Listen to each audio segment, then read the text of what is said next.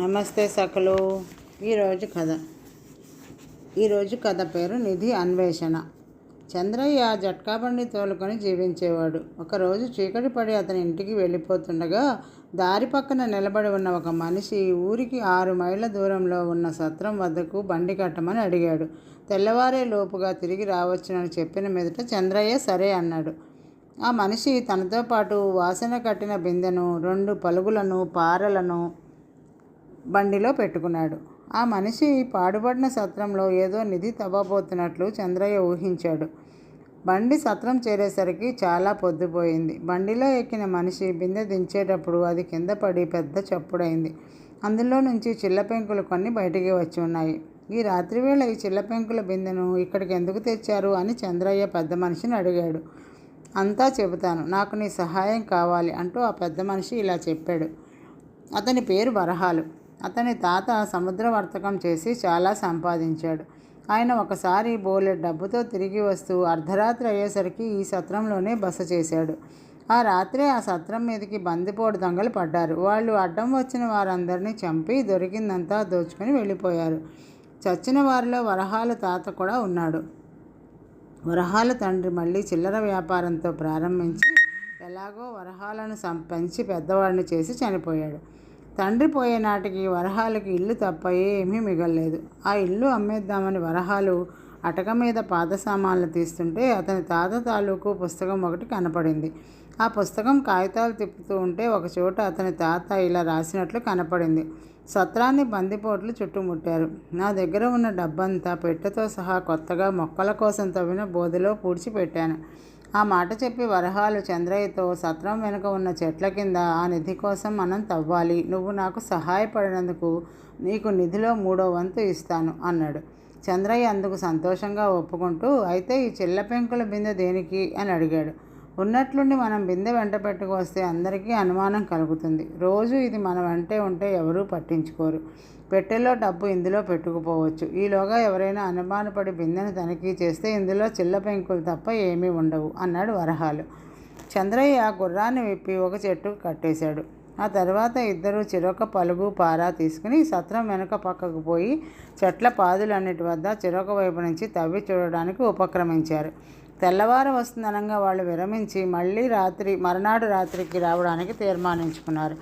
ఆ రాత్రి వారి ప్రయాసకు ఫలితం లేకపోయింది. గోతులు మళ్ళీ పూడ్చి పలుగులు పారలు ఒక పొదలో దాచి ఇద్దరు బండెక్కారు. చంద్రయ్య వరహాల్ని అతని ఇంటి వద్ద దింపి తన ఇల్లు చేరుకున్నాడు. రాత్రంతా ఎక్కడ ఉన్నావని చంద్రయ్యను అతని భార్య కామాక్షి నిలదీసి అడిగింది.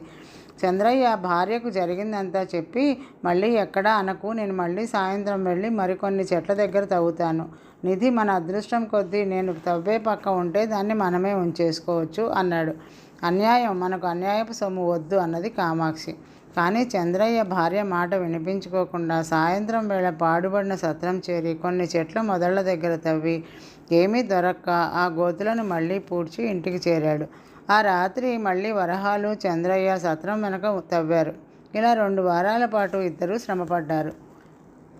అయితే చంద్రయ్య నిద్రాహారాలు సరిగా లేక పగలు రాత్రి కూడా శ్రమపడి డీలా అయిపోయాడు. మరునాడు ఉదయానికి అతనికి జ్వరం కూడా తగిలింది. ఈ రాత్రికి నేను బండి కట్టలేను అని చంద్రయ్య పొరిగింటి పుల్లయ్య ద్వారా ఆ సాయంత్రం వరహాలకు కబురు పంపాడు. పుల్లయ్య తిరిగి వచ్చి వరహాలు ఇల్లు ఖాళీ చేసి పట్నం వెళ్ళాడని చంద్రయ్యకు తెలిపాడు. చంద్రయ్య తల తిరిగిపోయింది. వరహాలు సకుటుంబంగా పట్నం వెళ్ళాడంటే అతనికి నిధి దొరికిందన్నమాట. కిందటి రాత్రి వాళ్ళు తిరిగి వచ్చినప్పుడు బిందెల్లో చిల్లపెంకులకు బదులు ధనం ఉన్నదన్నమాట. తనను వరహాలు ఎంత మోసం చేశాడు. తను వరహాలను మోసం చేయి చూసిన సంగతి ఆ క్షణంలో చంద్రయ్యకు గుర్తు రాలేదు. వరహాలు ఎక్కడికి వెళ్ళాడో తెలుసుకుంటానని కేకలు పెడుతూ అంత జ్వరంతోనూ చంద్రయ్య వరహాలు ఇంటికి పడుతూ లేస్తూ బయలుదేరాడు.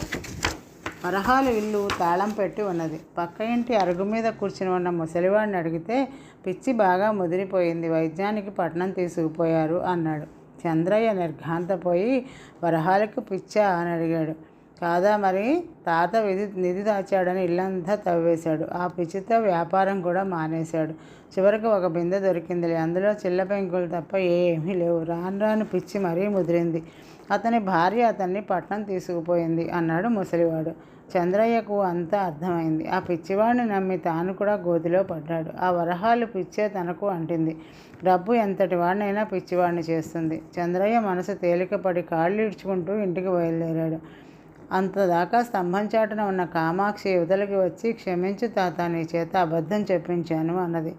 అవును, వరహాలకి నిధి దొరికి అప్పులు తీర్చి పట్నం వెళ్ళిపోయాడు కదా, అతనికి పిచ్చని ఎందుకు చెప్పమన్నావు అన్నాడు తాత. కామాక్షి తనకు జరిగిందంతా చెప్పి, అలా చెప్పకపోతే నా మొగుడికి నిజంగా పిచ్చి పట్టుకునేది. ఈ నిధి గొడవ వచ్చిన దాకా తాను సంపాదించే దాంతో మేము సుఖంగా శాంతంగా బతుకుతున్నాం. అటువంటి వాడికి నిధి దాహం పుడితే మాకు సుఖం ఉంటుందా అని చెప్పి మరో దారిన వేగంగా ఇంటికి బయలుదేరింది. మరొక కథ. రాక్షసి గురువు. ఆనంద్కి ఎవరూ లేరు. వాడు రెడ్డిగారింట అన్ని పనులు చేసేవాడు. వాడికి పదాలు పాడటం అంటే చాలా ఇష్టం. పాడుకుంటూనే పనులన్నీ చేసేవాడు. రాత్రివేళ పశువుల కొట్టంలో గడ్డి పరుచుకుని పడుకున్నాక కూడా అర్ధరాత్రి దాకా పాడుకుని మరీ నిద్రపోయేవాడు. అయితే వాడి గొంతు చీలిన బొంగుల కర్ణ కఠోరంగా ఉండేది. వాడి పాట రెడ్డికి, ఆయన భార్యకు ఎంతో బాధాకరంగా ఉండేది. అయినా వాడు ఒళ్ళు దాచుకోకుండా పనిచేసేవాడు కనుక ఎలాగో వాడి పాటను భరించేవారు. తన పాటను అందరూ చేదరించుకుంటున్నారని ఆనంద్కు తెలుసు. అర్ధరాత్రి దాకా ఓండ్ర పెట్టి మా ప్రాణాలు తోడేస్తున్నావురా అని రెడ్డి ఎన్నోసార్లు వాడితో అన్నాడు. తన పాటను ఎవరు తిట్టినా వాడి ప్రాణం చివుక్కు అనేది. ఇలా ఉండగా రెడ్డి గారికి ఒక కొడుకు కలిగాడు. ఆ చంటివాడు ఆనంద్ పాట వినపడగానే ఉలిక్కిపడి కెవ్వుని అరిచి కుక్క పెట్టేవాడు. ఇలా అనేక సార్లు జరిగిన మీదట రెడ్డి భార్య ఆనంద్తో, నువ్వు పాడడం మానకపోతే మా ఇంట్లో పని మానేయని నిష్కర్షగా చెప్పేసింది. అక్కడే ఉన్న రెడ్డి, వాడి పాటలు ఎలాగూ మానడు, డబ్బులిచ్చి పంపాయి అంటూ 2 నుంచి డబ్బు తీసి భార్యకు ఇచ్చాడు. పని పోయిన దానికన్నా పాడడం మానమన్నందుకు ఆనంద్కి ఎక్కువగా అభిమానం పొడుచుకువచ్చింది. వాడు వెంటనే రెడ్డి ఇల్లు వదిలి అడవి దారి పట్టాడు. చెట్లు, చేమలు, రాళ్ళు, రప్పలు, పక్షులు, జంతువులు సంగీతానికి తలలు ఊపుతాయని, కరుగుతాయని వాడు విని ఉన్నాడు. అడవిలోనే చీకటి పడింది. ఆకాశంలో నిండు చంద్రుడు, గాలి నిండా పూల వాసన. ఆనంద్ ప్రాణానికి వాతావరణం ఎంతో హాయిగా ఉన్నది. వాడు ఒక బండరాయి మీద నడుం వాల్చి చెట్ల సందుల నుంచి కనిపించే నక్షత్రాలను చూస్తూ ఉత్సాహంగా పాడసాగాడు. వాడు నిద్రపోయేదాకా అలా పాడటం సమీపంలో ఉంటున్న ఒక రాక్షసి విన్నది.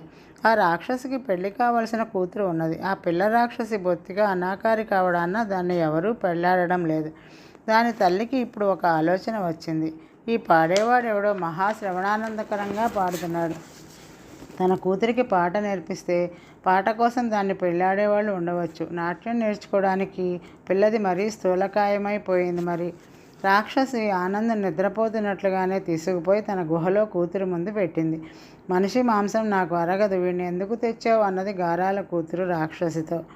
తినటానికి కాదే వెర్రిమొహమా, వీడు గొప్ప సంగీత విద్వాంసుడు, నీకు పాటలు నేర్పిస్తాడు. నీ పాటలు విని నిన్ను పెళ్లి చేసుకుంటానని ఎగబడి వస్తారు అన్నది తల్లి రాక్షసి. ఆహా పెళ్ళా, ఓహో పెళ్ళా అంటూ సంతోషంతో పిల్ల రాక్షసి చిందులు వేసింది. ఈ కోలాహలానికి నిద్రలేచిన ఆనందుడు తల్లి రాక్షసిని, పిల్ల రాక్షసిని చూసి కెవ్వుమన్నాడు. తల్లి రాక్షసి వాడితో, భయపడకు, అడవిలో అద్భుతమైన నీ పాట విన్నాను. నీలాంటి పాటగాడు మరొకడు ఉండడు. మా అమ్మాయికి పాటలు నేర్పి పుణ్యం కట్టుకో, నీ కష్టం ఉంచుకోనిలే, సంచీడు బంగారం ఇస్తాను అన్నది. ఇంతకాలానికి తన పాటను మెచ్చుకునేవాళ్ళు అంటూ కనపడేసరికి ఆనంద్కు పారవస్యం వచ్చేసింది. మనుషులు పశువుల కన్నా హీనం, వాళ్ళకన్నా మీ రాక్షసులకే కళలంటే గౌరవం ఎక్కువ అని వాడు రాక్షసిని మెచ్చుకున్నాడు. నువ్వు నీ ఇష్టం వచ్చినంత కాలం మాతోటే ఉండి మా అమ్మాయికి పాటలు నేర్పు, నీకు ఏ లోటు రాకుండా నేను చూస్తాను అన్నది రాక్షసి. ఆనంద్ అందుకు సంతోషంగా ఒప్పుకున్నాడు. తెల్లవారు వస్తుండడం చూసి రాక్షసి తల్లి, దాని కూతురు నిద్రకు ఉపక్రమించారు. ఆనంద్ అడవి అంతా తిరుగుతూ దొరికిన పళ్ళు తిని చీకటి పడిన దాకా గడిపి గుహకు తిరిగి వచ్చాడు. అప్పుడే రాక్షసి తల్లి, కూతురు నిద్రలేచారు. తన కూతుర్ని పాటలు నేర్చుకోమని చెప్పి తల్లి రాక్షసి అరణ్యంలోకి సంచారానికి వెళ్ళింది. పిల్ల రాక్షసి భక్తిగా ఆనంద్ కాళ్ళు కళ్ళకద్దుకుని చర్మాల మీద పాఠం నేర్చుకోవడానికి కూర్చున్నది. ఆనంద్ దానికి ఒక పల్లవి చెప్పి అలా పాడమన్నాడు. అది పాడింది. కానీ అది వాడికి పాటలా వినిపించలేదు. కొండ మీద నుంచి బండరాళ్లను దొర్లిస్తున్నట్లు, ఉరుములు ఉరిమినట్లు తోచి వాడికి చాలా బాధ కలిగింది. ఆపు, అంతలా గొంతు చించుకోకు, కాస్త చిన్నగా సన్నగా పాడు అంటూ ఆనంద్ దానికి మళ్ళీ పాడి వినిపించాడు. పిల్ల రాక్షసి మరింత భీకరంగా పాడింది. అది పాడుతూ ఉంటే ఆనంద్కు కడుపులో కెలికినట్లయింది. అయినా వాడు దానికి పాట పూర్తిగా నేర్పి తాను కొనుక్కు తీయ యత్నించాడు. అది పాట సాధన చేస్తుంటే వాడికి కన్ను మూత పడలేదు. ఇంతలో తల్లి రాక్షసి 2 దుప్పులను చంపి తెచ్చి, నా తల్లే పాడుతున్నది, ఇంకా ఏ కోయిలో గుహలోకి దూరిందనుకున్నా అంటూ కూతుర్ని కావలించుకుని ముద్దు పెట్టుకున్నది. అది మొదలు ఆ గుహ ఆనంద్కి నరకమైంది. రాక్షసి పాట మూలంగా వాడికి నిద్ర లేదు. దాని గొంతు వినిపిస్తేనే వాడికి తేళ్ళు జర్రులు పాకినట్లుండేది. ఒకసారి వాడు తెగించి తల్లి రాక్షసితో, మీ అమ్మాయి గొంతు బాగుండదు, దానికి సంగీతం నప్పదు అని చెప్పాడు. తల్లి రాక్షసి మండిపడి, ఒళ్ళు దగ్గర పెట్టుకుని మాట్లాడు, గురువు అది నిన్ను మించిపోతుందని నీ అసూయ అన్నది. ఆనంద్ మరి మాట్లాడలేదు. కళ కేవలం ఆత్మసంతృప్తికి మాత్రమే కాదు, అది ఇతరులను కూడా రంజింప చేయాలి. అందులో సంగీతం మరీను. ఏమంటే ఇతర కళలు మరెవరికీ తెలియకుండా అభ్యసించవచ్చు. సంగీతం ఇతరులకు వినిపిస్తుంది. స్వరం ఘోరంగా ఉంటే ఇతరులు ఎలా బాధపడతారో ఆనంద్ ఇప్పుడు తెలుసుకున్నాడు. రాక్షసి ఇస్తానన్న బంగారం కోసం చూడక ఆ రోజు పగలు రాక్షసి తల్లి కూతుళ్ళు నిద్రపోతుండగా వాడు గుహను వదిలేసి రెడ్డి ఇంటికి చేరుకున్నాడు. మళ్ళీ వచ్చావుట్రా అని రెడ్డి అతని భార్య వాడిని అడిగారు. ఆనంద్ వాళ్ళకి జరిగినది చెప్పి, నాకు బుద్ధి వచ్చింది, నా తప్పు నేను తెలుసుకున్నాను, నేను వచ్చింది పని చేయడానికి, పాటలు పాడటానికి కాదు అన్నాడు.